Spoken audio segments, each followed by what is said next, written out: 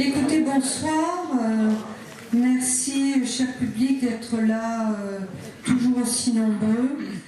Et puis merci à Christian Gérini d'être par nous ce soir pour cette 6e conférence de notre cycle. Alors, présenter Christian Gérini n'est pas si facile, même si nous le connaissons bien au CML, parce qu'il est un de nos administrateurs. Alors, en résumé, je ne vais pas prendre beaucoup de temps, mais je vais vous dire quand même qu'il est agrégé de mathématiques et docteur en philosophie et histoire des sciences. Chez lui, donc, sciences et philosophie sont indissociables. Mais ses domaines de recherche ne s'arrêtent pas là. Il s'intéresse aussi à l'histoire, la philosophie et sociologie des arts actuels, en particulier les arts urbains. C'est dire l'étendue d'une curiosité que rien n'arrête. Et c'est dire aussi que lorsqu'il nous a proposé de traiter de la question du hasard, nous savions que ce thème insolite serait dans de bonnes mains.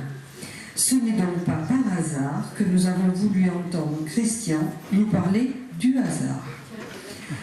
La philosophie en parle, la physique quantique s'en sert, toutes les sciences sociales y sont confrontées, sans parler des croyances irrationnelles qui voient dans le hasard. Merci et merci à vous d'être là. Bon, je ne vais pas pouvoir faire grand-chose puisque je devais débuter mon diaporama sur un exercice que j'allais faire à vos cerveaux. Sauf qu'il fallait que ça passe par vos yeux. Donc ça va être un peu compliqué. Mais bon, en attendant, il n'y a pas de hasard, mais je suis venu en voiture tout à l'heure et j'ai un téléphone et j'ai un Bluetooth dans la voiture, ce qui fait que quand on me téléphone, on entend ce qu'on me dit. Et j'ai un ami qui m'appelle et qui est sur un chantier pour rendre service à son beau-frère actuellement. Là, ils sont en train de démolir tout un appartement, les plafonds, etc. etc. Et il m'appelle et il savait que je faisais cette conférence sur le hasard ce soir. Et il me dit, tu sais pas ce qui m'est arrivé tout à l'heure? Je lui dis non, qu'est-ce qui t'est arrivé? Il me dit, ben voilà, on a cassé le vieux plafond qu'il y avait là, et puis il y a des journaux qui sont tombés, et les gens avaient mis des journaux peut-être pour faire de l'isolation entre les canisses, etc. Là. Et bon, et mon beau-frère était en train de ramasser tout ça, et puis de regarder, puis de les jeter, et à un moment il en avait un à la main, et je lui dis, bah, tiens, tu me le montres? Et il me le montre, je le prends, c'était le journal du jour de ma naissance. C'est déjà un sacré hasard. C'est déjà un sacré hasard. Ça tombe le jour où il savait que je faisais une conférence sur le hasard. Et il me dit, et je l'ouvre, et je tombe sur une pleine page sur le château de Blois. J'ai passé la moitié de ma vie, j'ai vécu la moitié de ma vie à Blois, à côté du château de Blois. Voilà, c'est une succession de hasards où on peut commencer à se poser la question, est-ce vraiment du hasard? Voilà. Et peut-être que ce qui nous arrive là est du hasard aussi. Bon, avec EDF, il faut s'attendre à tous les hasards, y compris les hasards exponentiels sur nos factures. Mais je ne vais pas pouvoir en dire beaucoup plus. Voilà, pour faire simple, je pars un petit peu du parcours qui m'a conduit à réfléchir sur cette notion de hasard. C'est à la fois un parcours personnel, de hasard, qui pour moi n'en sont pas, mais ça je comptais vous en donner quelques exemples en fin de parcours. C'est évidemment mes travaux en histoire des sciences et en philosophie, et aussi sur la psychanalyse, qui m'ont conduit à m'intéresser à Carl Gustav Jung, que vous connaissez certainement, et à Wolfgang Pauli, qui est un prix Nobel en mécanique quantique, et du coup à leur correspondance pendant 25 ans.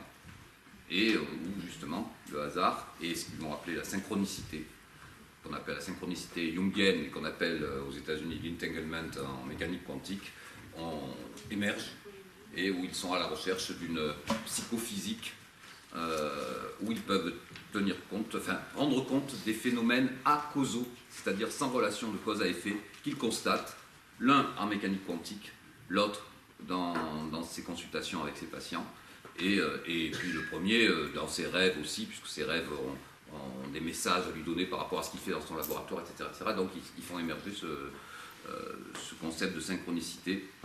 C'est un parcours tout à fait intéressant, cette correspondance est passionnante. Et voilà, donc c'est une succession de choses qui ont fait que je me suis intéressé à ça.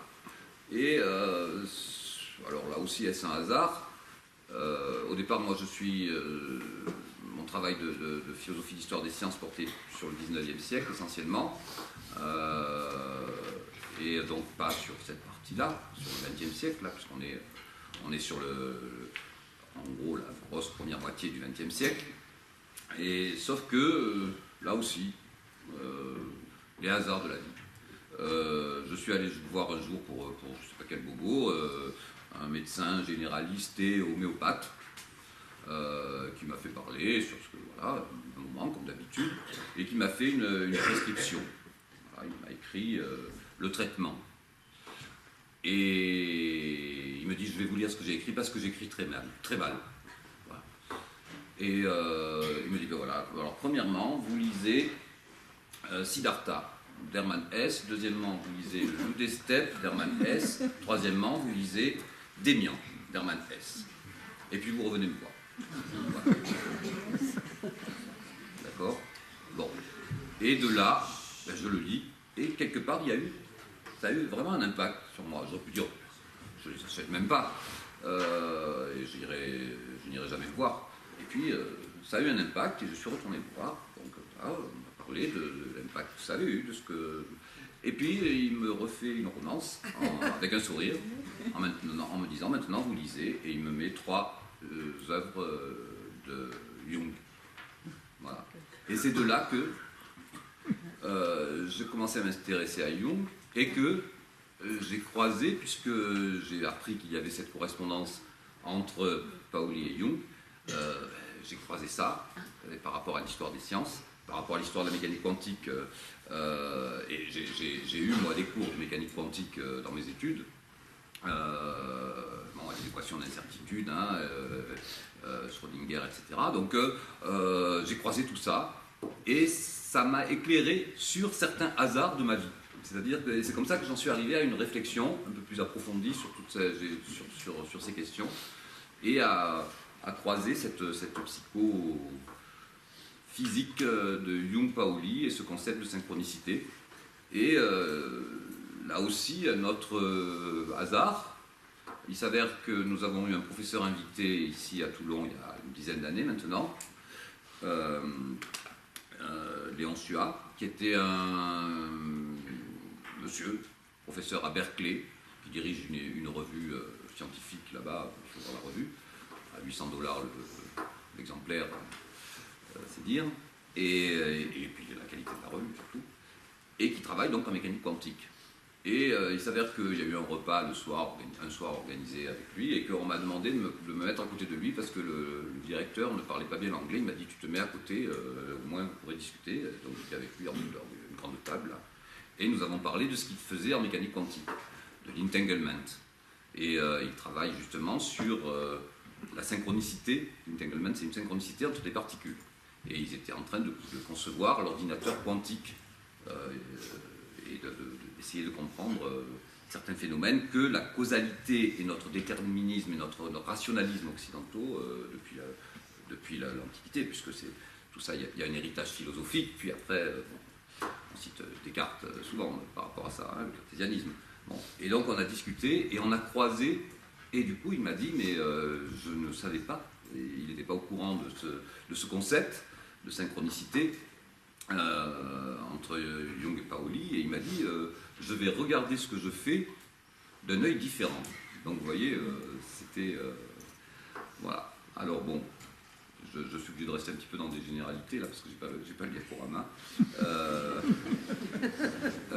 Alors justement, on est dans le registre aussi, donc philosophie, épistémologie. Alors si je vous demande comment définir le mot épistémologie, en général en France, épistémologie, on vous dit c'est la philosophie des sciences. Bien, c'est bien là le problème. C'est bien là le problème.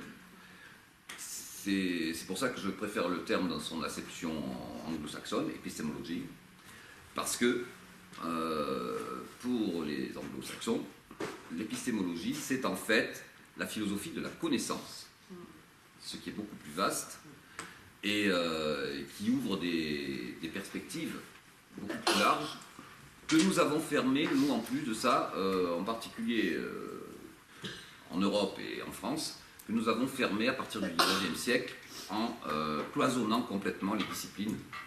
Et déjà, vous savez qu'il y a les sciences dites dures, et puis il y a les sciences humaines et sociales. Déjà, au regard des uns et des autres, bon, c'est pas toujours évident.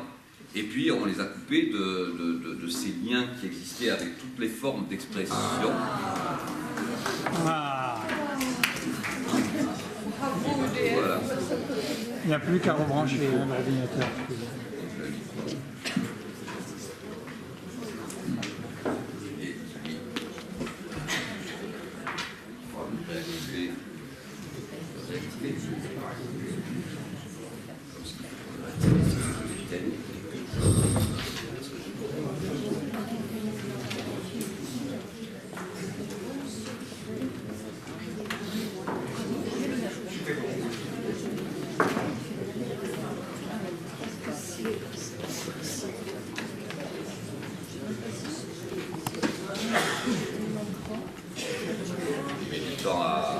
Oui, il faut que ça chauffe. Il faut que ça chauffe.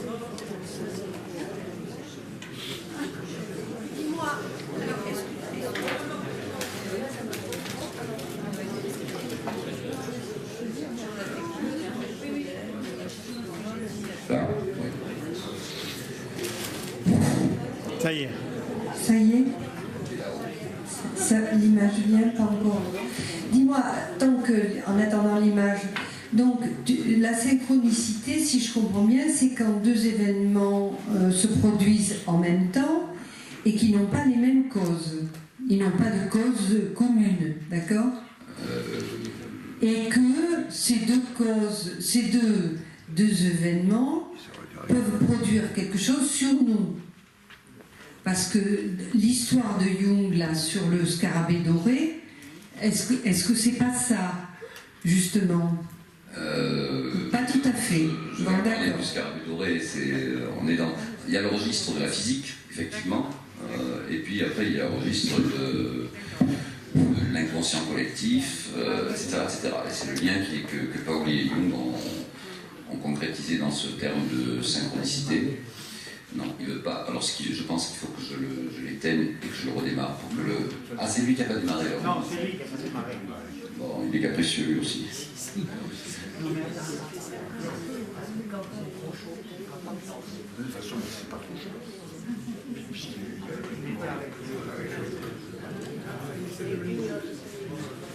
Ça y est, ça va marcher.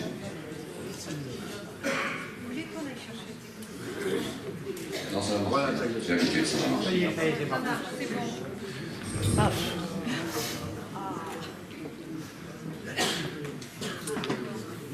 Voilà. Bon, bah, du coup, je vais attaquer. J'ai déjà dit certaines choses que je comptais dire, donc c'est bien. Voilà. Alors, la diapositive que vous voyez, c'est pas cogito ergo sum, c'est cogito ergo sum, c'est le doute.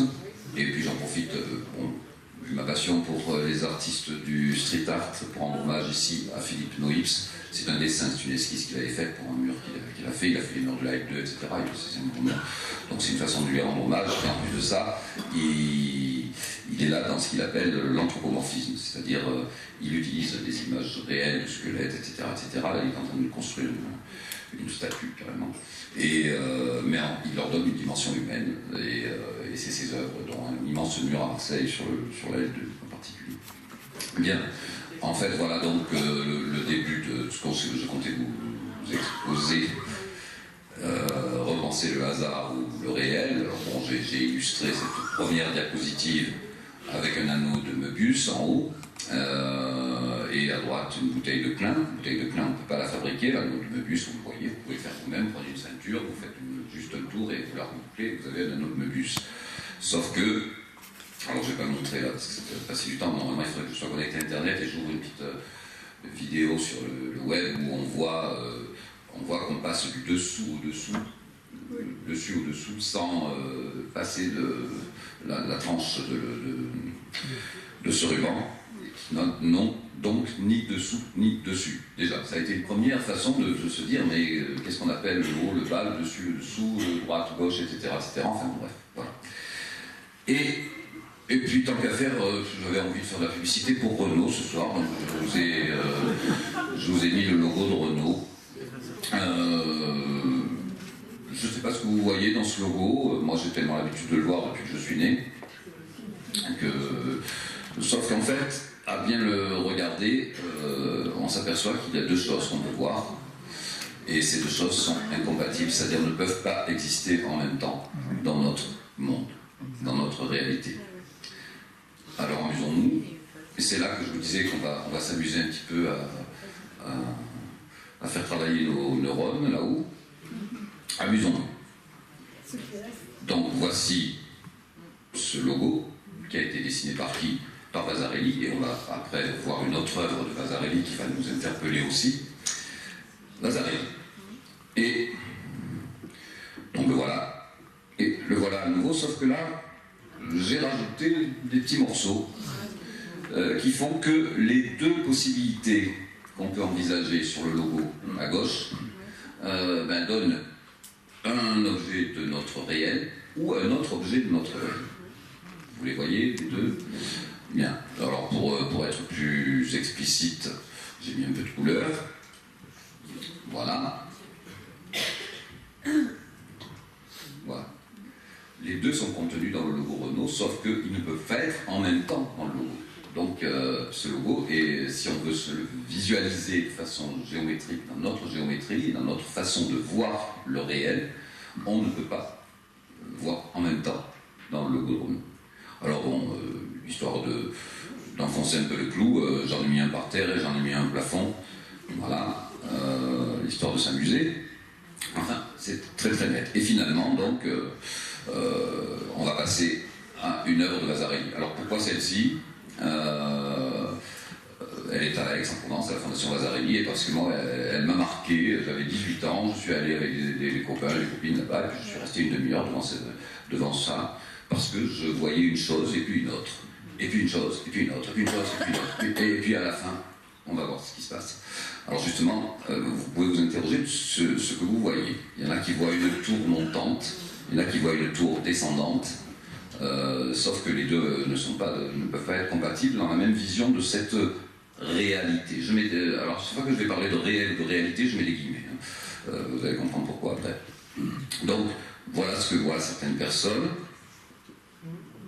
D'accord? Posez-vous la question par rapport à vous-même si vous avez... On peut voir autre chose, hein. Attention, il y a plusieurs... on peut voir ça. Comme on peut voir ça. D'accord? Comme on peut voir aussi un plancher en bas. Enfin bon, il y a plusieurs visions possibles, mais si on se ramène à ces deux tours, on peut voir un parallélépipède, on dira montant, avec son plafond en haut, enfin son toit, ou un parallélépipède descendant avec son plancher en bas. Ça n'est pas possible, les deux en même temps, c'est pas possible évidemment. Vasarely a joué sur ça évidemment, et dans pratiquement toutes ses œuvres d'ailleurs. Hein. Sauf que, regardez, là, on commence à voir les deux en même temps un petit peu. Alors, la question que vous pouvez vous poser, alors ce qu'il faudrait, c'est faire l'exercice vous-même, ce que j'ai fait ce jour-là pendant une demi-heure, et puis je l'ai fait faire il y a 1 an et demi au Doc des Sud à Marseille pour la Nuit européenne des chercheurs. Il y a toute une salle avec le public, les gens étaient installés dans des canapés sur des... Et puis je leur ai fait faire, et puis à la fin, qui est arrivé à voir les deux en même temps, c'est-à-dire à voir l'impossible. Et sur l'ensemble des personnes qu'il y avait du monde, j'ai eu une seule réponse positive. Il y a une seule personne qui était arrivée à sortir de notre vision de la réalité pour arriver à voir cette autre réalité. Voilà. Donc, regardez, est-ce que vous voyez les deux en même temps? C'est-à-dire, est-ce que vous voyez cet objet qui est impossible dans notre monde? Il est impossible. Alors moi, mon problème, depuis que j'ai 18 ans et que je suis allé à la Fondation Vasarely à l'époque, mon problème, c'est que je vois directement l'impossible. C'est-à-dire, j'ai tellement conditionné mon cerveau que je vois directement l'impossible. Je ne vois plus une tour qui monte, une tour qui descend, je vois les deux en même temps, ce qui est impossible dans notre géométrie. Voilà. Ce qui m'amène à cette conclusion. Je suis devant des œuvres d'art et ça m'interpelle puisque je m'aperçois que mon cerveau, qui était incapable de voir certaines choses qui ne sont pas dans notre réalité, peut s'adapter et finir par voir l'impossible. Donc ça m'interpelle sur le registre des neurosciences. Donc là, je suis dans le schéma art, je le disais tout à l'heure, épistémologie, d'où les deux mots qui sont en bas,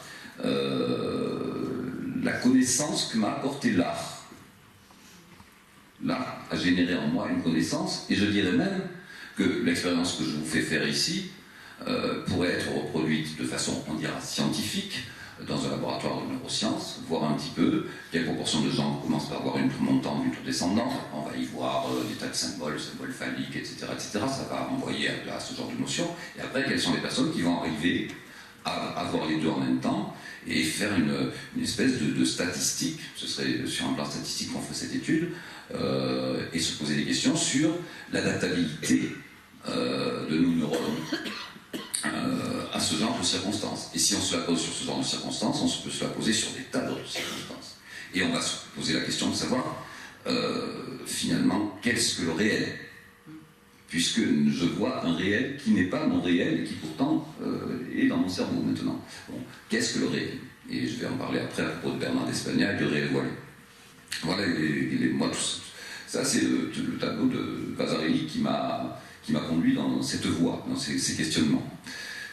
Et on est dans le rapport art, qui ouvre la voie aux sciences et aux neurosciences sur ce genre de questions. Alors, justement, je parlais d'épistémologie et je suis obligé de faire un petit peu de philosophie des sciences et de la connaissance. Là, je viens de faire de la philosophie de la connaissance plus largement, puisque je suis parti de l'art et pas des sciences. Mais la question qui se pose, c'est nos théories, nos modèles qui représentent le réel. Les sciences sont censées nous rendre compte du réel. Alors les sciences dites dures, de la physique, l'astronomie, etc., etc., et puis les sciences humaines et sociales, du réel historique, social, anthropologique, etc., etc. Bien. Est-ce que ces modèles, ces théories, ces scientifiques que nous convoquons sans arrêt quand il y a besoin de l'avis d'un expert, est-ce qu'ils sont en train de nous dire une chose objective, définitive, ou est-ce qu'on est dans une représentation, y compris sur la société, évidemment. Est-ce qu'on est dans une représentation ? Eh bien, c'est le problème des paradigmes, et donc de ce que Thomas Kuhn, incontournable, a appelé la structure de révolution scientifique, à savoir, il y a une science normale avec des paradigmes. Alors j'ai mis quelques textes, hein, évidemment. Voilà. Donc, dans cet essai, le terme science normale désigne la recherche solidement fondée sur un ou plusieurs accomplissements scientifiques passés, accomplissements que tel groupe scientifique considère comme suffisants pour fournir le point de départ d'autres travaux.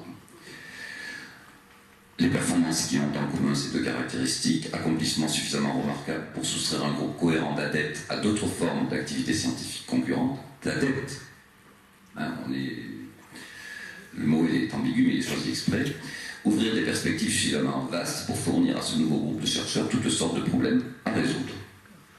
Et je les appellerai désormais, donc c'est ce qu'il vient de désigner, les paradigmes, terme qui a des liens étroits avec celui de science normale. En le choisissant, je veux suggérer que certains exemples reconnus du travail scientifique réel, exemples qui englobent des lois, des théories, des applications et des dispositifs expérimentaux, fournissent des modèles qui donnent naissance à des traditions particulières et cohérentes de recherche scientifique.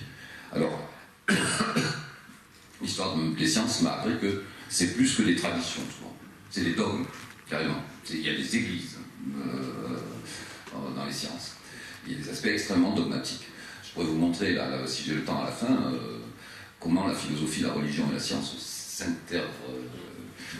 interagissent constamment, y compris encore aujourd'hui, mais tout au long de l'histoire, hein, avec un magnifique texte de Leibniz sur les nombres imaginaires, extraordinaire, il fait appel à Dieu pour les justifier.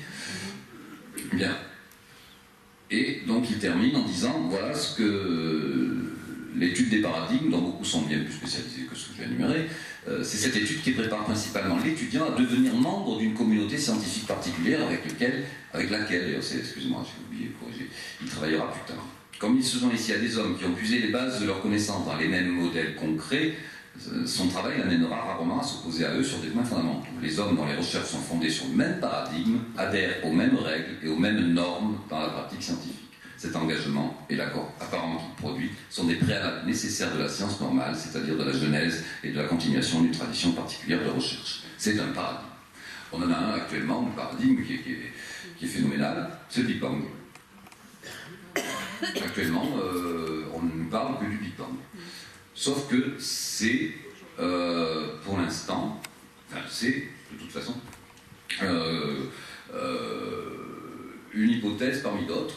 Sauf que quand on a une hypothèse devant nous, si celui qui l'a formulée a une autorité qui fait qu'on est obligé d'abonder dans le sens, et donc de ne faire que des recherches qui la confirment, évidemment, on ne fera qu'abonder. Alors là, ça me renvoie à la philosophie de Karl Popper, conjecture et réfutation, dont on parlera ici tout à l'heure, justement, où il dit que,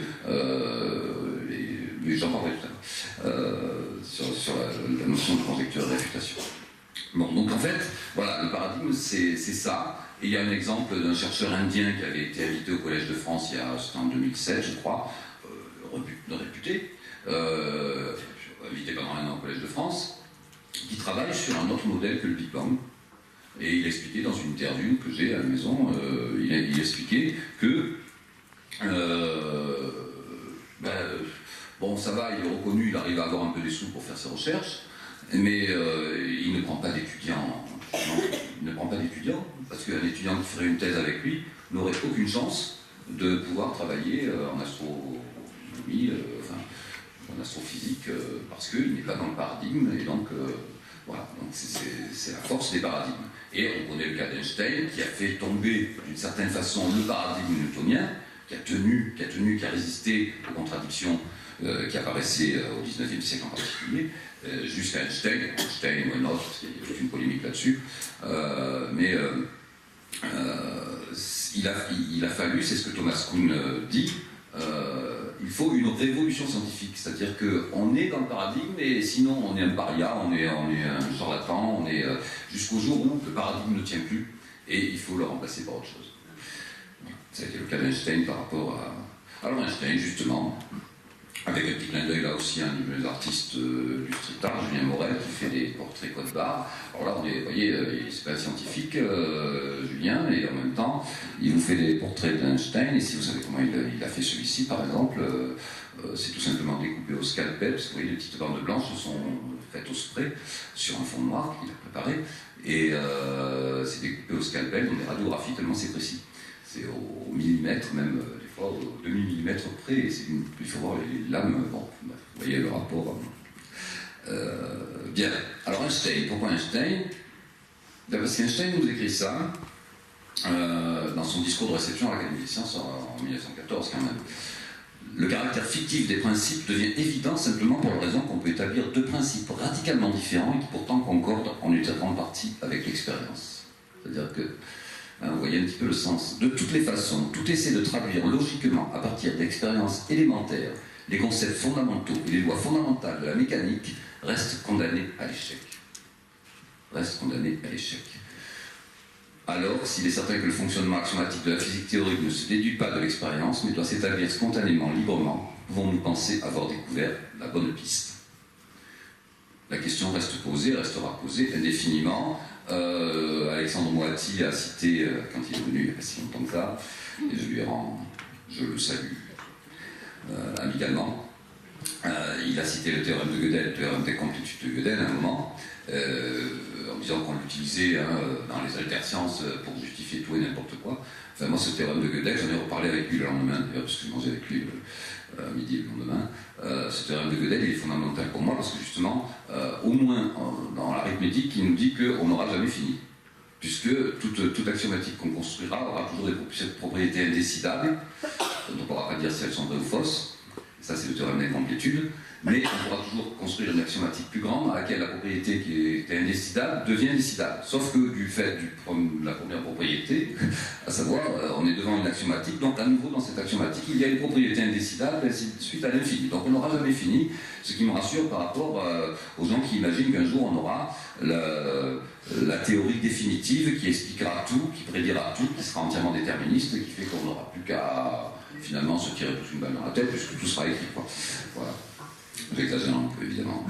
Voilà. Mais Einstein nous dit quoi? Il nous dit ça. Et en plus de ça, Einstein, quand il a mis en place la théorie de la relativité restreinte en 1905, puis générale en 1916, il a fallu qu'il introduise la dimension du temps et de mettre une courbure dans l'espace pour après. Et il a pris un risque, on va en parler avec Karl Popper. Et il a dit après, il avait la géométrie euclidienne ne marchait plus, enfin n'était pas satisfaisante pour son modèle, et au 19e siècle, de façon purement gratuite, on avait développé deux autres géométries qui n'étaient pas contradictoires, une géométrie hyperbolique et une géométrie sphérique, hein, de Riemann et Lobachevsky, et il avait aimé la géométrie hyperbolique. Donc il a construit sa représentation de l'univers, qui tient toujours, la théorie de la relativité, sur quelque chose qu'il avait aimé, une géométrie qui lui plaisait. Donc pour l'instant, nous sommes dans le monde qui plaisait à Einstein. Voilà. Et c'est incroyable, mais c'est vrai. De même que le modèle du Big Bang, il suffit de changer une constante dans les équations, qu'elle soit plus petite que 1 ou plus grande que 1, pour qu'il y ait Big Bang ou qu'il n'y ait pas, ou qu'il y ait l'univers se répand à l'infini, ou bien il se recontracte, etc. Ça dépend d'une constante. Donc c'est des choix que nous faisons pour ce fameux réel. Alors je rends un petit hommage aussi à Jean-Marc, Lévy-Leblond. Là aussi, je vous raconte un peu mon histoire, je crois, finalement, c'est bien. Je fais le bilan, quoi. En fait, Jean-Marc Lévy-Leblond m'avait marqué quand j'étais adolescent par ce livre collectif. On est dans les années 70, donc il y avait un côté donc, autocritique de la science. Hein, enfin, de quoi aurions-nous l'air si nous autres hommes de science nous tenions le regrettable spectacle du doute, de l'incertitude et de l'indécision. Voilà, donc, évidemment, l'illustration était humoristique. Et il est venu faire une conférence à Toulon il y a 15 jours là, sur science et technique, où il nous a montré que la technique existait, on le sait, bien avant la science, mais même bien avant l'homme. C'est-à-dire que les animaux maîtrisaient la technique avant même que l'homme soit présent sur Terre. Donc, avec des vidéos qui étaient assez étonnantes et rigolotes. Et puis, je vais faire apparaître Freud. Vous allez vous demander pourquoi. Je viens faire Freud au milieu. Que vient faire Freud au milieu? Parce que Freud et Einstein sont à la base d'une réflexion de Karl Popper dans un ouvrage qui a été une recension, ils ont regroupé plusieurs textes de lui, qui est pour moi une référence, un pavé, conjecture et réfutation. Et donc Karl Popper explique que dans les années 20, ça discutait beaucoup dans les milieux intellectuels de Vienne, en Autriche, parce que c'était un peu le cœur intellectuel de l'Europe à l'époque.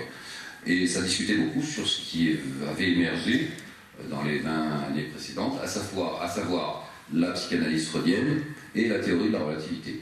Et il y a un texte assez long, c'était une conférence qu'il avait faite, où il dit, voilà, ce qui a commencé à me gêner, c'est que Freud, la psychanalyse freudienne, tout le monde était ébloui, approuvé, parce que chaque nouveau cas venait conforter la théorie. Alors il donne un exemple, après, il faut lire les exemples, puisqu'il a de l'humour en plus. Comme quoi on peut conforter une théorie par de nouveaux exemples en disant n'importe quoi, aussi bien la théorie que la théorie contraire, avec le même exemple. Bien. Et puis il disait, et en même temps, donc là ça commençait à lui poser un problème, et en même temps, il y avait la théorie de la relativité, et Einstein en 1905 a énoncé cette théorie sans aucune expérience qu'il a valide. C'est-à-dire qu'il prenait un risque. Voilà. Il a fallu attendre 1916 ou 17, l'expérience d'Ellington, je crois, pour avoir quelque chose par rapport à la courbure de la lumière qui aille dans le sens de la théorie d'Einstein. Mais on aurait pu avoir le contraire, à ce moment-là, sa théorie était validée, c'était fini. Et il dit donc, et c'est comme ça qu'il fait apparaître les deux termes de conjecture et réfutation, finalement, une vraie théorie scientifique, pour Karl Popper, c'est une théorie, ce sont des conjectures, des hypothèses, voilà, et prouver que la théorie tient le coup, jusqu'au jour où elle ne tiendra plus le coup, mais prouver qu'elle est toujours scientifique, c'est, contrairement à ce qu'on pensait depuis le positivisme, etc., et l'empirisme, etc., ça n'est pas faire des expériences qui prouvent, sans arrêt, qu'elle est toujours... mais c'est faire des expériences tentant de la réfuter et échouer. Voilà. Et c'est ce qui fait que... Et on devrait en faire autant, je pense, dans les expériences que nous faisons au niveau social, au niveau sociologique, etc., et même politique. Il faudrait qu'on tienne compte de cette vision des choses. Sinon, on prête à des populations des intentions, on fait émerger des lois qui ne sont peut-être pas valables du tout, parce que simplement, on ne va prendre que des exemples qui les valident. On n'essaie pas au contraire de les réfuter. Donc ça nous renvoie à une réflexion que nous pouvons avoir sur notre société, aussi bien notre ici que la société mondiale globale. Bien. Donc ça, je suis un peu toujours dans l'épistémologie. Et donc on est là, quelque part, à la recherche du réel, parce qu'on se rend compte que le réel, qu'est-ce que c'est finalement? Et que me dit la science? Quel réel me donne-t-elle là, à l'instant T? Tout à l'heure, je regardais l'œuvre de Vasarely. Au début, je voyais une tour montante, voilà, une tour descendante. Voilà. J'aurais pu me mêler et me dire, voilà, c'était ça. Et puis, en exerçant mon cerveau, je vois deux choses qui sont impossibles dans le réel dans lequel je suis censé être, pourtant j'arrive à les voir. Voilà. Donc ça m'interpelle là-dessus. Et c'est Bernard d'Espagna qui était un physicien qui a fait ce livre, il y a déjà quelques années, à la recherche du réel, et il a appelé le réel que nous voyons le réel voilé. Le réel voilé, il est voilé par des tas de choses. Il est voilé par d'abord le défaut de nos sens, hein, comme je dis toujours, moi si je promenais la nuit, un ciel sans lune, avec des nuages, dans une forêt où il y a un tronc d'arbre, voilà, en pleine nuit, je vais me cogner forcément très rapidement dans un arbre, et le hibou qui est sur la branche là-haut, il va rigoler. Donc ça veut dire qu'il n'a pas la même perception du réel que moi à ce moment-là, et tant mieux pour lui.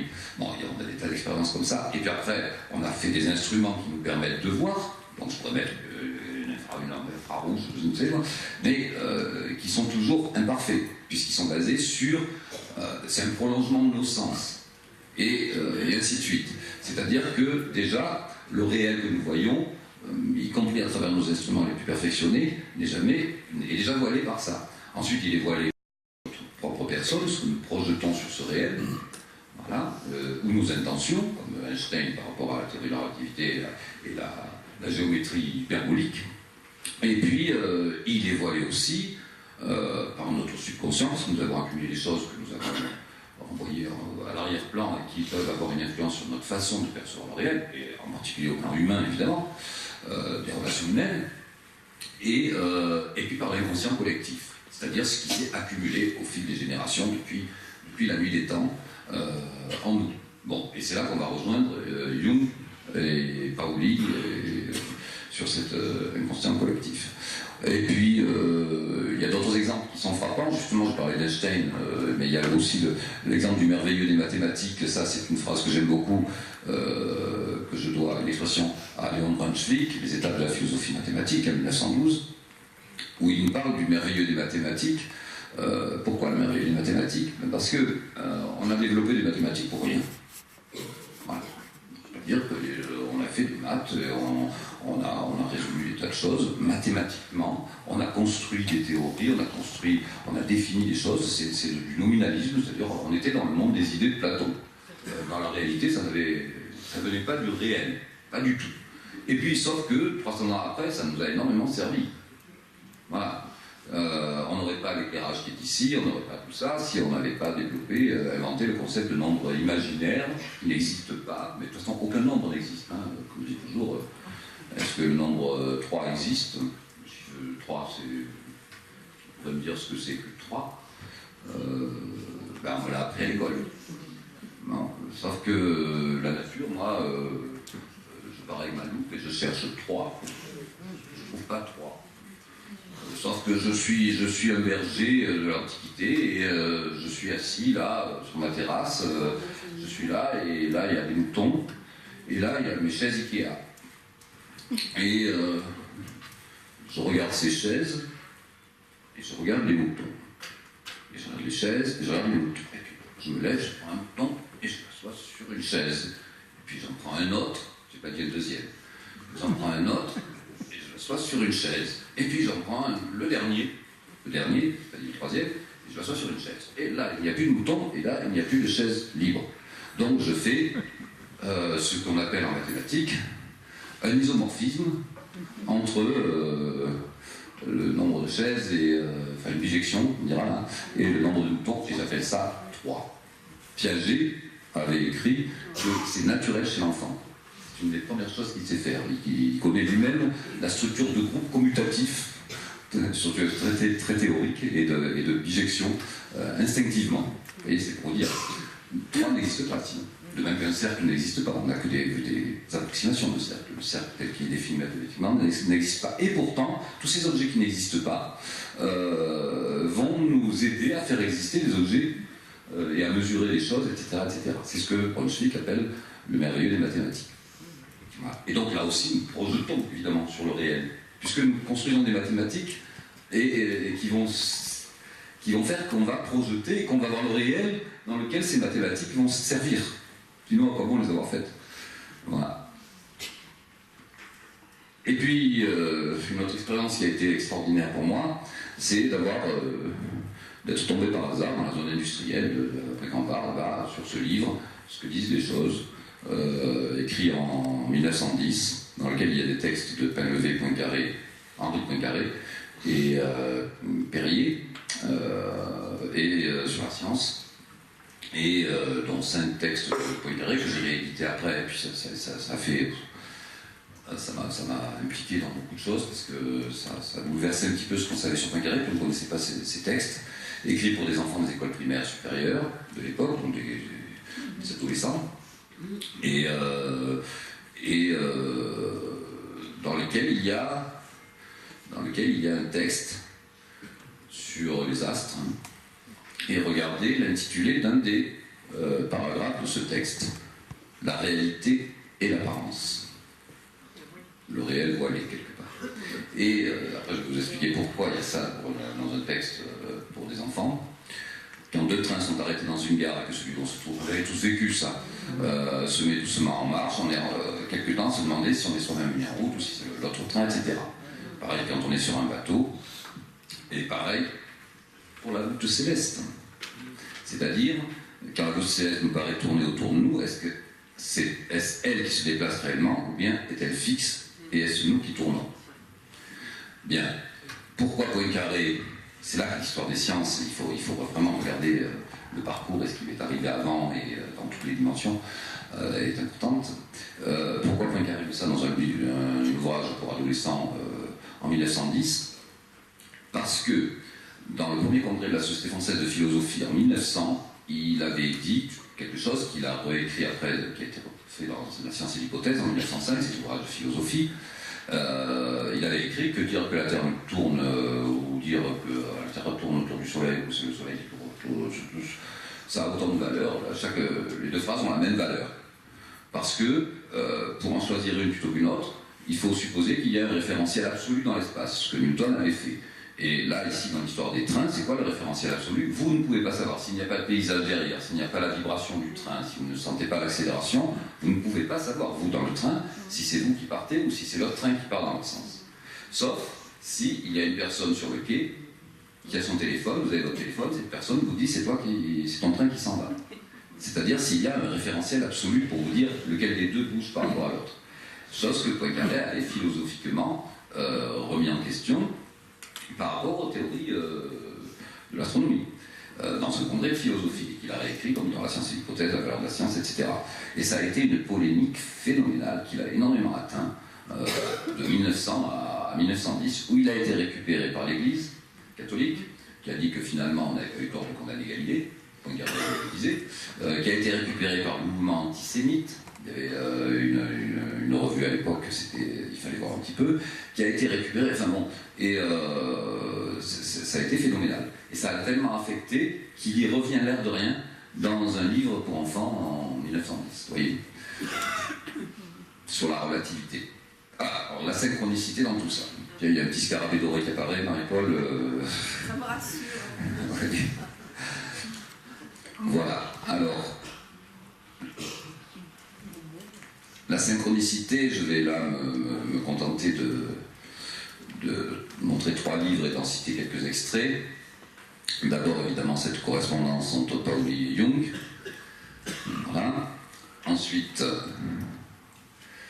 ce livre de Jung qui a été écrit tardivement, mais c'est des choses qu'il avait déjà écrites, et puis qui s'appelle Synchronicité et Paracelsica. Voilà. Et puis, bon là on est dans les années 50, hein. Bon là la correspondance a été éditée récemment, et traduite de l'allemand en français il n'y a pas si longtemps, mais vous voyez la période. Hein. Et alors c'est marrant parce que Pauli était allé consulter Jung, et puis du coup après ils ont eu cette correspondance, et Jung a croisé Einstein aussi. Enfin bon, c'est étonnant les connexions qu'il y avait justement à l'époque entre ces univers. Et Karl Popper a construit sa philosophie de la conjecture et de la réfutation sur la comparaison entre la psychanalyse et la théorie de la relativité. Et puis, beaucoup plus récemment, cet ouvrage, La synchronicité de l'âme et la science, vous voyez qu'il y a qui intervient. Bon, il y a Marie-Louise Zone-France, évidemment, qui est une des fondatrices de la psychologie analytique et qui a été collègue de Jung. Mais vous avez Hubert Reeves. Bien. Et je vais vous montrer des extraits du chapitre de Hubert Reeves. Donc. Voilà. Alors le voici. Voici ce qu'il nous dit.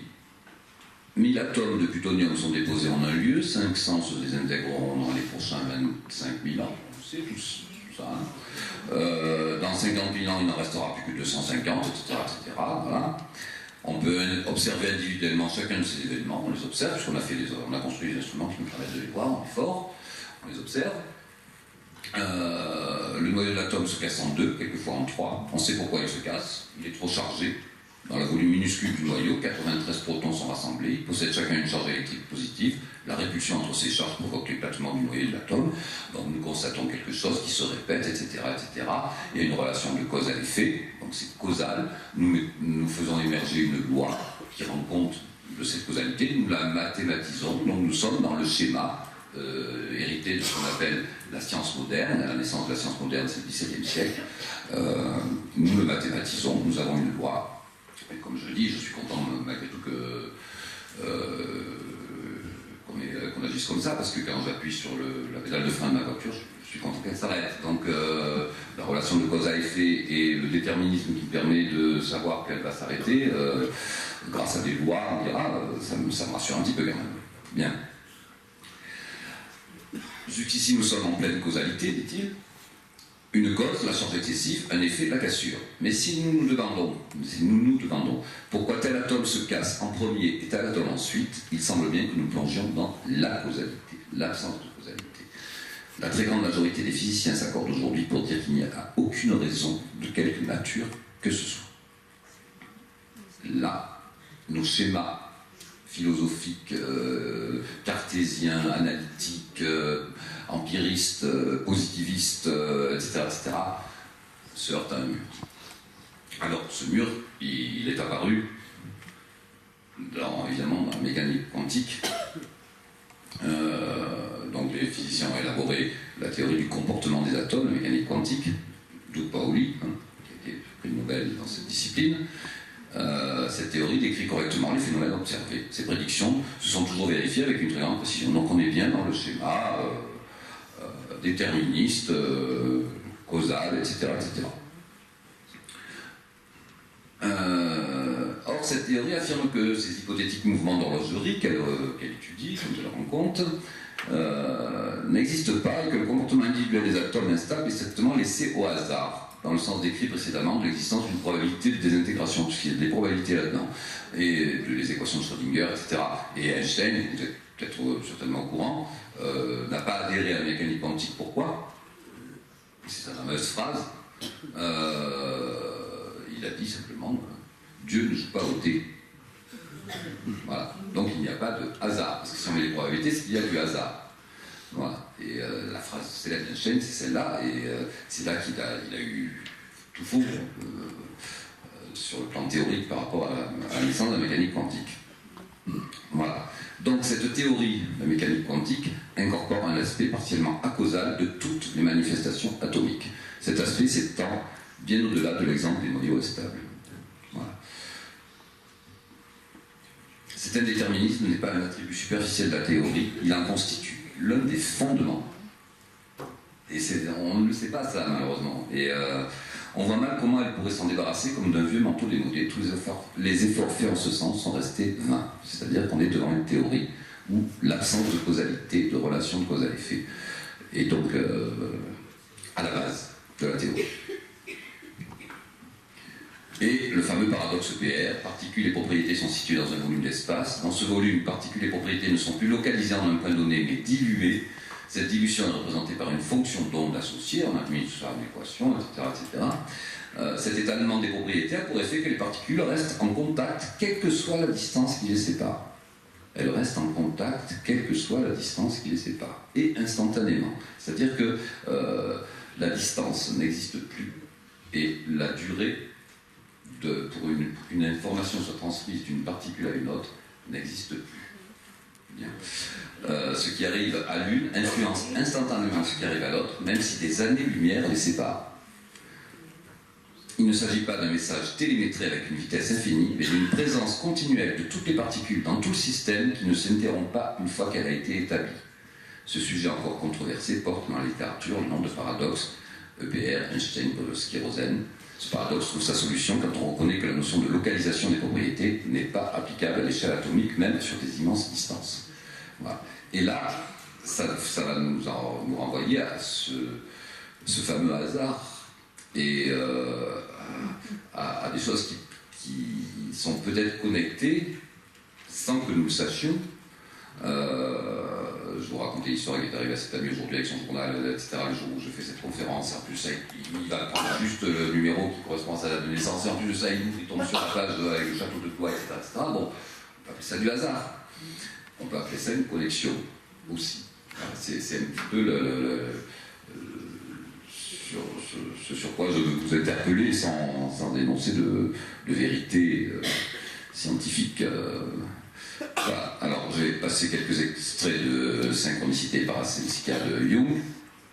Il est prudent, il faut bien entendu se garder de considérer comme acausal tout ce que l'on voit se produire sans en connaître la cause. Ainsi que je l'ai souligné, il est correct de conclure la causalité que dans les cas où l'existence d'une cause n'est même pas pensable. Assurément, cette notion du pensable et de l'impensable doit être soumise à la critique la plus rigoureuse. Il est prudent. J'ai déjà relevé que l'impossibilité d'expliquer ne réside pas dans le simple fait que la cause est inconnue, mais en ce qu'une cause quelconque n'est même pas pensable avec les moyens de notre entendement. Là, il nous renvoie à l'entendement, il nous renvoie à la philosophie de Kant, etc. etc. Il y a tout le background philosophique derrière. Hein, bien. C'est nécessairement le cas lorsque l'espace et le temps perdent leur sens. En d'autres termes, quand ils sont devenus relatifs. Tiens, théorie de la relativité. Car dans ces conditions, il n'est plus possible d'établir l'existence d'une causalité, ni même de penser celle-ci, puisqu'elle présuppose le temps et l'espace. Et en mécanique quantique, justement, Entangelman, dont je parlais avec Léon Szula, justement, tout à l'heure, s'intéresse à des phénomènes, là, il les regarde,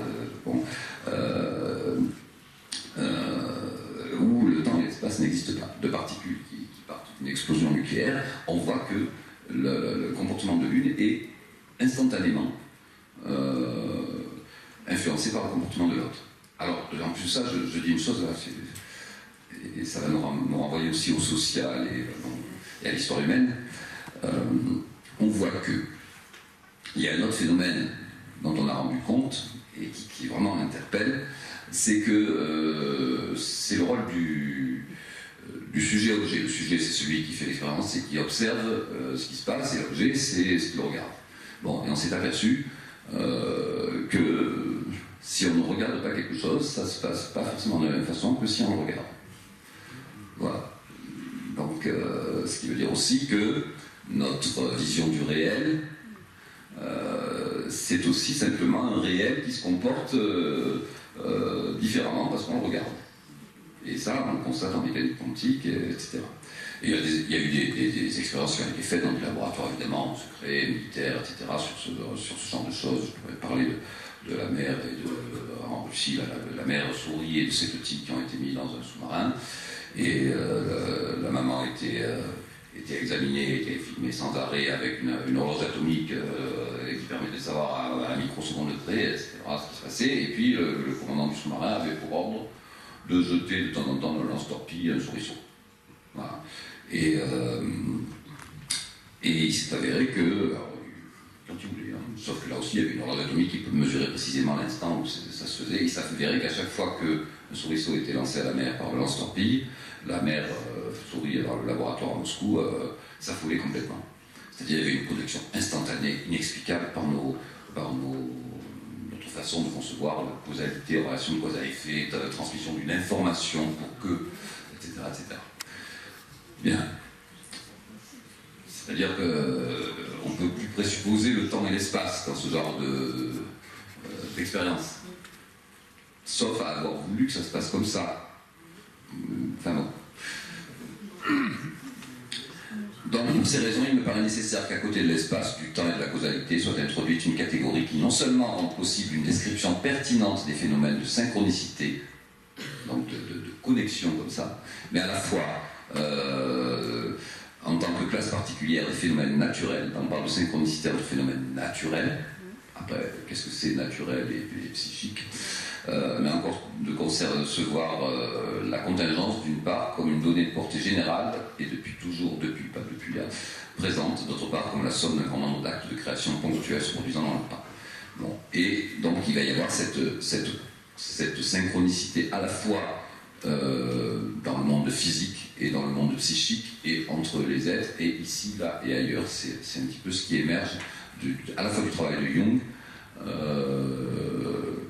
empirique et théorique, à la fois de celui de Paoli et d'autres, comme nous dit Hubert après, aujourd'hui, et à la fois de cette correspondance entre les deux bonhommes. Voilà. Et du coup, je cite un peu Paoli, donc par exemple dans cette lettre du 24 novembre 1950, pour souligner la différence entre le cas de la microphysique et tous les cas où est impliqué le psychisme, j'ai proposé dans un article non publié de 1948 sur la physique des fondements un schéma quaternaire dans lequel divers couples de contraires correspondent à ces deux cas. Et cet article non publié, il est dans le livre, il est à la fin du livre. Étonnant, très très précis, mais en même temps il fait apparaître cette psychophysique et cette synchronicité. Alors, les deux cas de couple de contraires, il y a celui-ci, à la physique, le couple de contraires appartenant à la physique, énergie indestructible, impulsion, déroulement déterminé dans le temps et dans l'espace, déterminisme, causalité, etc. etc. Et le deuxième schéma, le couple de contraires de la psychologie étant inconscient collectif atemporel, c'est-à-dire une espèce de connexion atemporelle, et la conscience du moi et du temps. Voilà. Qu'en est-il de notre rapport à ce que nous sommes et au temps qui passe, à la durée, par rapport à ce qui est engrangé en nous de cet inconscient collectif et par rapport à un rapport au monde que nous ne maîtrisons pas, dans ce réel complètement voilé. Voilà. Quelque part, et donc ils vont faire émerger ce schéma, où il y a le continuum psychique, le continuum spatio-temporel, la causalité et la synchronicité, de manière à regarder le réel au croisement de ces deux axes, en tenant compte de toutes les possibilités. Voilà. Et il écrit toujours en 1950, je ne peux bien sûr pas affirmer que l'ensemble de la structure quaternaire proposée exprime vraiment de façon adéquate la synchronicité, une des propriété de ce schéma qui me paraît importante, et cependant ne pas opposer le temps et l'espace, ce à quoi répugne tout physicien moderne. Ne pas opposer le temps et l'espace. Voilà, ça c'est Et puis... Ah, pardon. Et puis,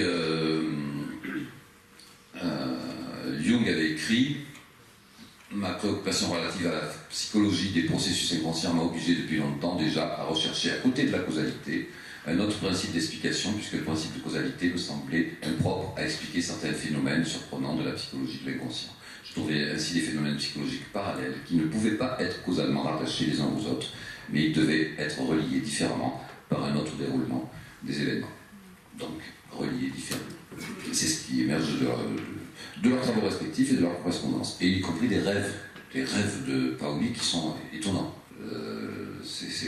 Et puis, il y a l'effet Paoli. L'effet Paoli, c'est pas rien que j'ai mis un vase 6 mois là-haut. En 1948, il a été prix Nobel et il a été invité à présider l'inauguration de l'Institut de sciences psychiques voulu et fondé par Jung. Et un petit peu. Il est prix Nobel cette année-là et l'inauguration de cet institut voulu par Jung.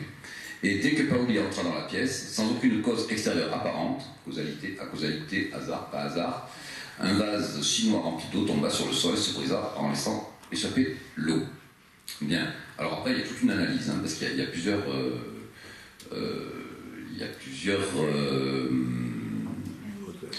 quantités de messages symboliques dans ce qui s'est passé.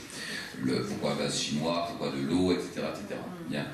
Et en même temps, Paoli était connu pour l'effet Paoli, parce qu'il provoquait des catastrophes dans son laboratoire.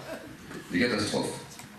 Et il y a un exemple qui est resté célèbre, c'est que ses assistants, un jour on dit on va faire l'expérience avant qu'il vienne, avant qu'il arrive. Et donc ils ont commencé l'expérience et le laboratoire a pris feu. Ben, ils ne savaient pas qu'il était en train d'arriver en bas de l'immeuble, il arrivait plutôt prévu, je présume, et le laboratoire a pris feu. Bon, c'est connu dans l'histoire de la science, l'effet Paoli. Donc là, ça veut dire qu'on entre dans un drôle de registre.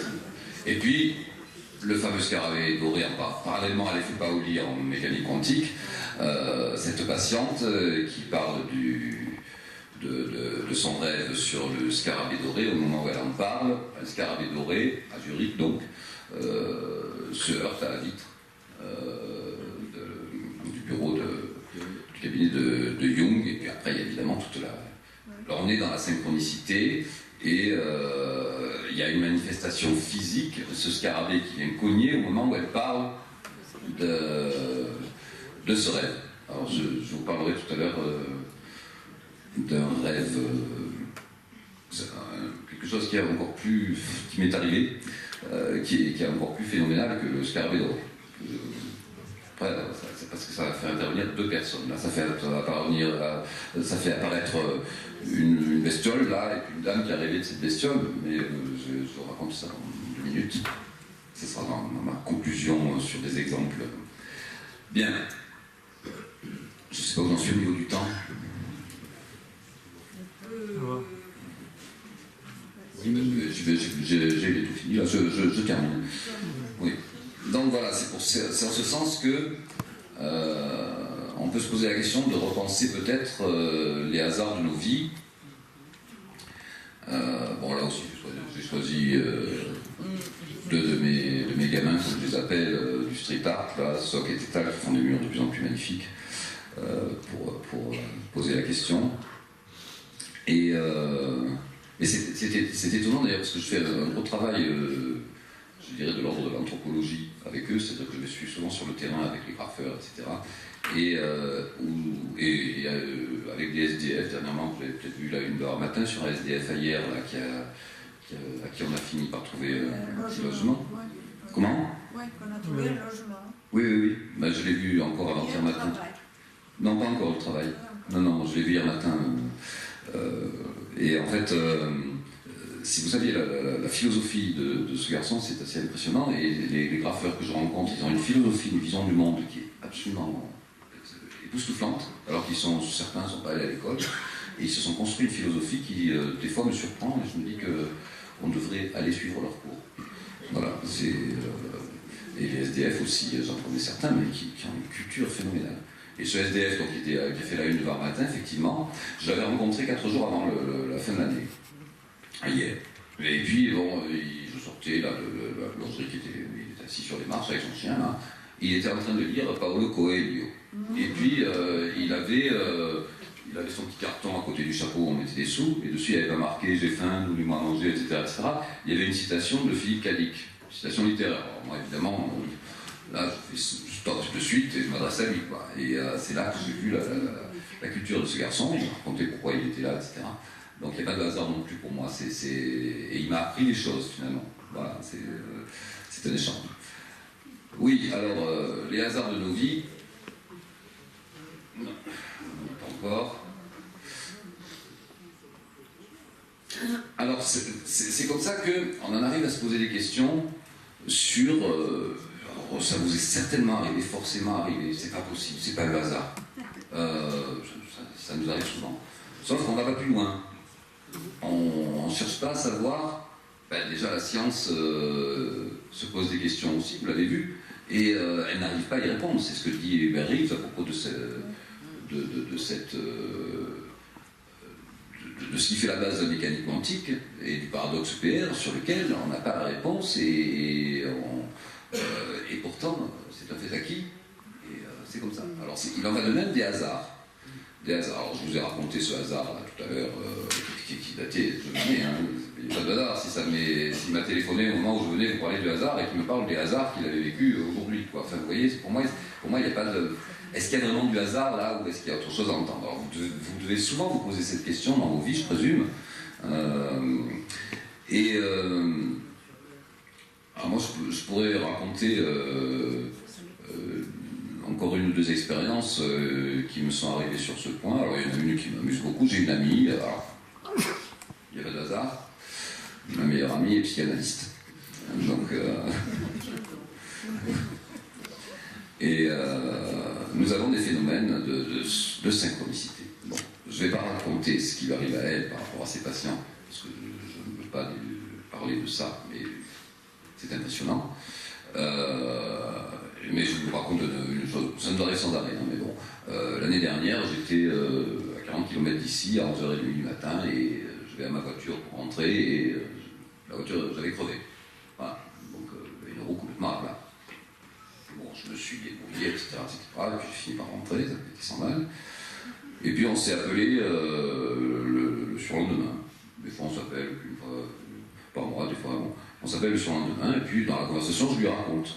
Avant-hier, à 11h30, voiture crevée, je lui parle, les garages, ils n'avaient pas la clé parce que j'ai des roues sécurisées, etc. Enfin bon, je lui raconte mon anecdote.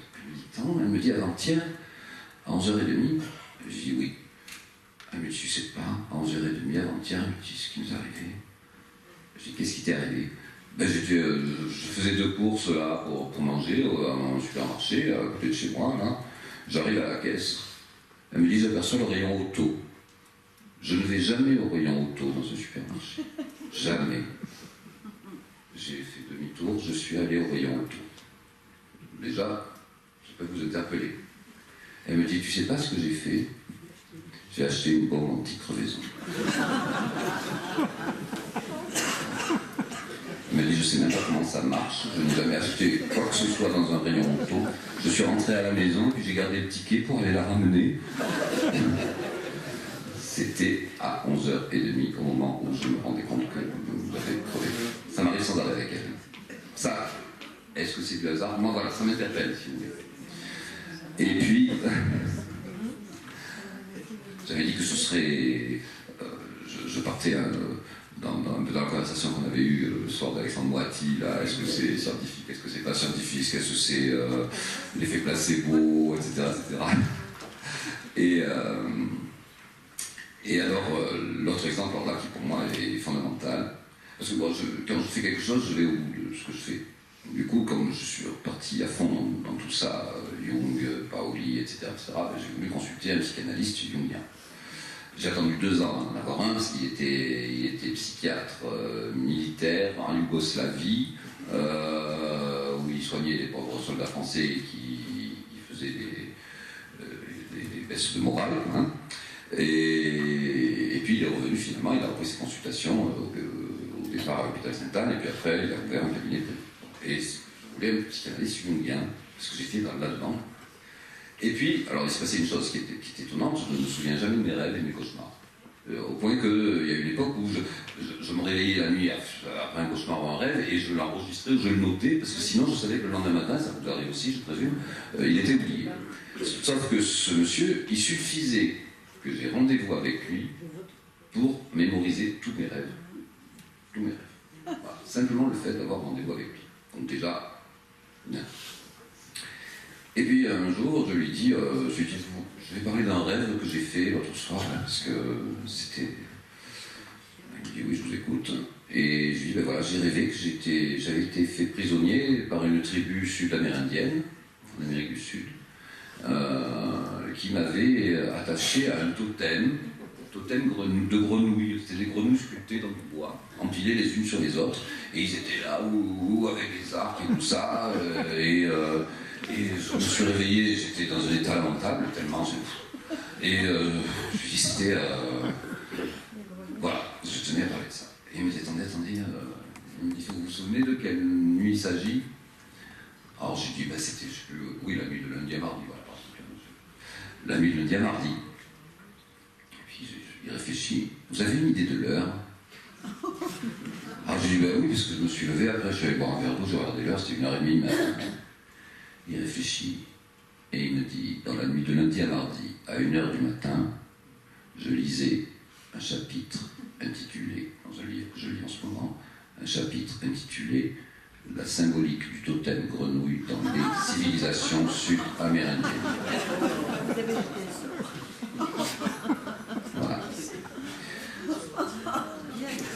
Voilà. Et vous en faites ce que vous voulez, mais par rapport au schéma de tout à l'heure, le croisement, le causal, la causale, la synchronicité, l'aspect psychique, psychologique et l'aspect physique qu'on croise, c'est le cas de le dire, chez Jung et Paoli et chez bien d'autres, y compris chez des scientifiques aujourd'hui qui énoncent. Quand on vit ce genre d'expérience, là, ça va plus loin que c'est le hasard. Alors après, je me pose des questions par rapport à ça, évidemment, je me pose tout le temps des questions, c'est un peu maladif chez moi, je crois que ça se voit. Et je me dis, bon, qui a fait quoi dans cette histoire? Est-ce que c'est pas lui qui est allé attraper son livre et se mettre à lire à ce moment-là? Il était en train de lire son livre. Donc ça veut dire que moi j'ai fait ce cauchemar parce qu'il était en train de lire ce chapitre. Ça veut dire que le message est passé de lui vers moi. Mais il y a un message qui est passé que notre rationalisme et notre déterminisme et notre science, et qui est respectable, attention, je ne la mets pas en question, ne peut pas expliquer par ces schémas classiques. Point. Ça m'interpelle. Et j'essaie d'en savoir plus. C'est déjà une bonne chose, je pense, que de ne pas s'y fermer. Voilà, eh bien, écoutez... on va terminer avec le dernier dessin de Philippe Noïx et je vous remercie d'être là et de m'avoir supporté.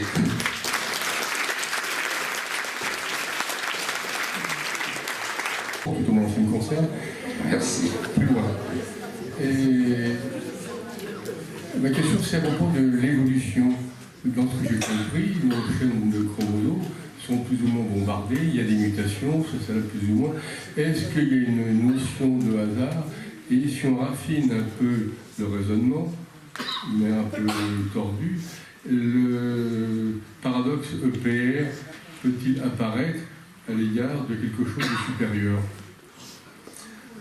Ah non, sur la deuxième partie de la question, là, ça m'est difficile et pas tant que ça de répondre parce que je n'ai cité que des extraits du texte du Berriche, mais qui parle aussi de phénomènes qu'on observe au niveau de l'astronomie et dans lesquels il y a aussi des choses qui sont là et où il n'y a pas de causalité ni de temps. Donc ça existe après, pas que dans l'infiniment petit, je dirais. Mais bon, là, professeur, merci pour ce exposé surtout. L'infiniment petit, c'est la question de l'infini, qui nous renvoie aussi à la question de Dieu, etc. Voilà. Ensuite, par rapport à la théorie de l'évolution, on dit la théorie de l'évolution. Hein, c'est bien l'expression consacrée. Dans la théorie de l'évolution, j'entends théorie. Voilà. Pour l'instant, c'est la théorie de l'évolution qui nous satisfait le mieux par rapport au réel que nous voyons ou par rapport à celui que nous voulons voir. On en parlait avec Alexandre Moati justement la dernière fois à propos de l'eugénisme. Je sais si ce que je pense de l'eugénisme, sauf que, comme j'en ai discuté après d'ailleurs avec lui, l'eugénisme c'était au départ une théorie avec des expériences qui étaient faites à la fin du 19e siècle, qui n'avaient aucun caractère raciste ni de ségrégation de quoi que ce soit. C'était des scientifiques. Et il y a eu un congrès à New York, en 1900 aussi d'ailleurs, en même temps que le congrès de philosophie de Poincaré, des grands spécialistes de l'eugénisme. Bon, et l'eugénisme a été récupéré par Hitler et il s'avérait d'ailleurs que les plus grands savants de l'époque sur cette science, c'était une science, l'eugénisme, étaient juifs. Bon, donc c'est un comble aussi. Donc on voit bien que cette théorie, et l'eugénisme aujourd'hui évidemment, le mot est devenu très péjoratif, est devenu, on sait ce qu'elle en a fait. Mais au début du XXe siècle, c'était une théorie parmi d'autres. Enfin, c'était un travail scientifique parmi d'autres. De même que la théorie d'évolution de Darwin. Voilà, c'est un réel qu'on regarde tel qu'il est en partie, voilé certainement, ou tel qu'on le veut aussi en partie. Allez, d'autres questions?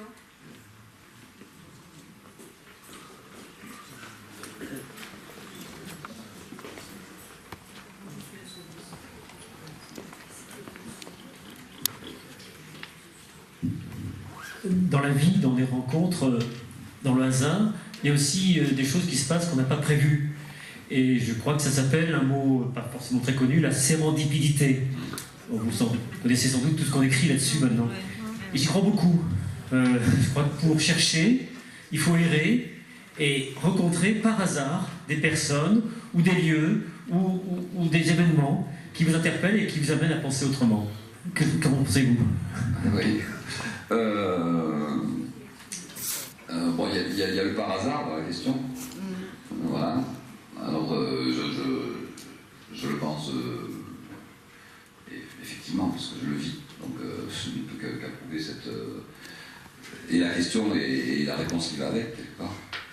Et après, il y a un autre aspect, c'est le pas par hasard. Moi, ce qui m'arrive fréquemment, c'est que je suis dans une problématique là, à l'instant T, d'accord, ou un questionnement, ou une envie de quelque chose. Je sors, je me colle, j'exagère, dans quelqu'un dans la rue, on s'excuse et tout ça, on commence à discuter, et cette personne va être fondamentale par rapport à la question dans laquelle je suis quoi. Et m'offrir des perspectives. Donc voilà, c'est un hasard, et en même temps, pourquoi ça se produit au moment où ça tombe bien que cette personne soit là, par rapport à ce que voilà, je pense que ça vous arrive aussi, ça arrive toujours à un moment ou à un autre, sauf qu'on le capte ou on ne le capte pas, mais ça arrive toujours.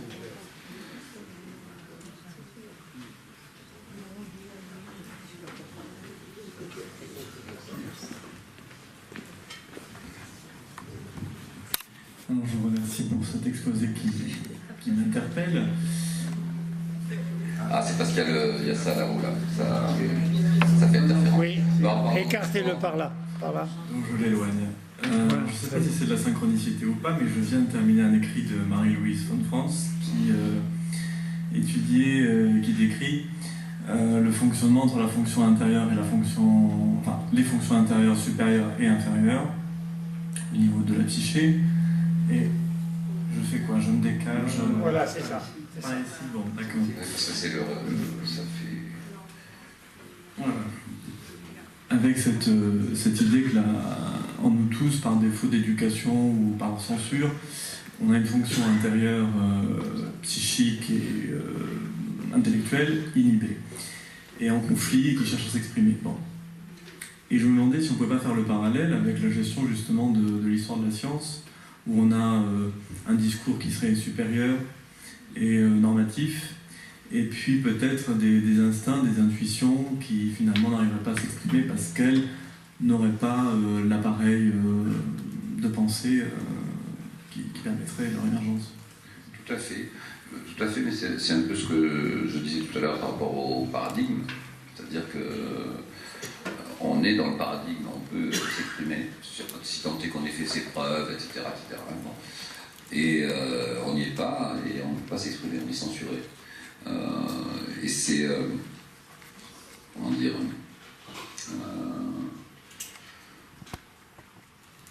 par rapport à ces schémas de Marie-Louise de France, mais on se retrouve aussi dans les schémas de la psychanalyse, là, c'est-à-dire le moi, le ça, le surmoi, etc. Il y a une hiérarchie là-dedans. Mais on est aussi dans le registre, là, sur le registre de la science, les paradigmes, c'est une espèce finalement d'église, de dogme qui s'impose quelque part. Ça a été étudié par les sociologues des sciences depuis presque un siècle maintenant, et au début par des sociologues américains. Voilà. Donc, qui ont bien mis en évidence cette structure, et ce que vous venez de dire. Voilà. Marie-Louise de France a travaillé sur l'aspect psychanalytique et avec une en particulier, et puis elle a beaucoup écrit, et c'est une référence, et elle est dans le livre. Le chapitre qu'elle a écrit est intéressant là-dessus, parce que justement elle fait le lien avec le monde physique, le monde de la recherche, le monde de la science aussi. Voilà. Donc ça interpelle, c'est bien ce que vous me disiez, comme vous disiez que vous avez lu ça et que ce que je vous ai dit vous interpelle, quoi. Tant mieux.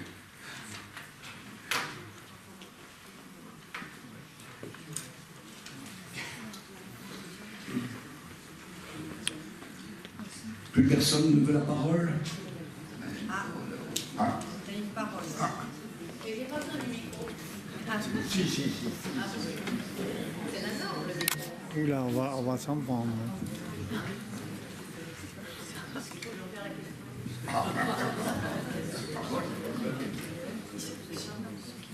Ah oui. J'ai la sensation qu'aujourd'hui, justement, il y a dans l'atmosphère, dans nos espaces, des potentiels de réveil de nos consciences d'une façon extrêmement subtile, et que finalement, quand je m'amuse à y faire attention, la synchronicité peut être vécue presque à 100% dans le quotidien. Avez-vous une pensée parallèle avec ça? Je citerai André Malraux, hein. Le 21e siècle sera spirituel. Donc on est au 21e siècle. Non, c'est vrai qu'il y a de la jamais dit. Oui, c'est apocryphe. Il y a une ambiguïté là-dessus, vraiment. On le cite sans arrêt en tout cas. Oui. Et c'est vrai que je sens les choses de cet ordre-là dans la société d'aujourd'hui. C'est-à-dire il y a une espèce de... Alors, est-ce que c'est parce que l'humanité arrive à saturation de certaines choses et qu'elle a besoin de passer à notre registre? Alors après, je vais citer un autre exemple de quelque chose qui m'est arrivé. À nouveau psychanalyste, je fais vite. C'était un ancien chaman péruvien qui est venu nous faire une exposé. On était un petit groupe, une quinzaine de personnes autour d'une table, là, et il parlait de ce qu'il faisait, le chamanisme, etc. Bon, mais il est psychanalyste depuis à Paris. Bon. Et il y a une des participantes là qui lui a posé la question est-ce que vous pouvez nous dire comment on pourrait apprendre ce que vous savez? Et il lui a répondu qu'est-ce que vous voulez apprendre, ce que je sais? Retrouver ce que vous savez vous-même. C'est-à-dire retrouver ce qu'il y a en vous. Vous avez des origines celtiques, etc., etc. Il y a en vous tous les savoirs possibles. Voilà. Simplement, nos philosophies, et que je ne critique pas, nos philosophies et notre structuration sociale, etc., nos cultures, ont fait que nous avons privilégié telle façon de voir, telle façon de penser, telle façon d'agir, plutôt que d'autres, et que donc nous avons perdu certains savoirs. Voilà. Peut-être qu'aujourd'hui, justement, l'humanité arrivant à un stade, là, on voit toutes les questions qui se posent aujourd'hui dans la société, y compris sur l'avenir de notre planète et de nous-mêmes, peut-être justement, ça fait renaître des choses, des courants que nous avons perdus. Je ne sais pas si j'ai répondu. Je mets du peut-être dans tout ça, mais c'est quelque chose que je ressens un petit peu en effet. Bien, alors je crois qu'on va devoir conclure. Ce qui me paraît très important, c'est que finalement le hasard interroge les savoirs. Hein, il interroge les savoirs et peut-être le fait qu'un savoir n'est jamais définitif, le fait que les savoirs, quand ils communiquent entre eux, sont capables de faire des choses assez extraordinaires. On a vu Paoli et Jung, ce dialogue qui fait avancer magnifiquement les choses. Et ça renvoie aussi, voilà. Alexandre Batti l'a cité plusieurs fois, ça renvoie également à la complexité. Voilà. Et puis ça nous renvoie aussi à peut-être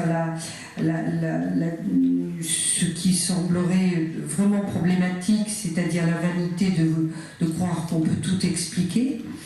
Et je pense, c'est drôle, ça m'a fait penser inévitablement au comique de Bouvard et Pétuchet, qui sont dans la vanité de la quête de certitude, de certitude définitive, et qui se ridiculisent absolument. Ça nous renvoie. Je crois que ça fait du bien de relire Bouvard et Pétuchet. Puis alors, maintenant, je voudrais pas non plus il me semble qu'on voit des hasards partout, parce que il n'y en a pas partout non plus, parce qu'il y a un dicton québécois qui dit que quand on a un marteau, on voit des clous partout. Donc, sauf le fakir. je crois qu'il faut se méfier. Et puis alors, il y a une dernière chose que je trouve très intéressante dans ce que tu as fait là, c'est cette démarche scientifique qui devrait quand même inspirer nos politiques, qui sont le temps des conjectures et de la réfutation. Voilà. Je crois que si on avait le temps de passer entre la conjecture et la réfutation, eh bien, ce serait une démarche politique très intéressante. Voilà. Je vous remercie. Je vous donne rendez-vous le 25 février. Venez écouter Gilles Clément. C'est un jardinier magnifique, c'est un jardinier planétaire. Il se fait rare parce qu'il a plein de choses à faire et que nous vous donne ne suffit pas. Mais je pense que c'est une très grande chance de le recevoir en amphi au CNL. Voilà. Merci pour votre attention et bonne soirée.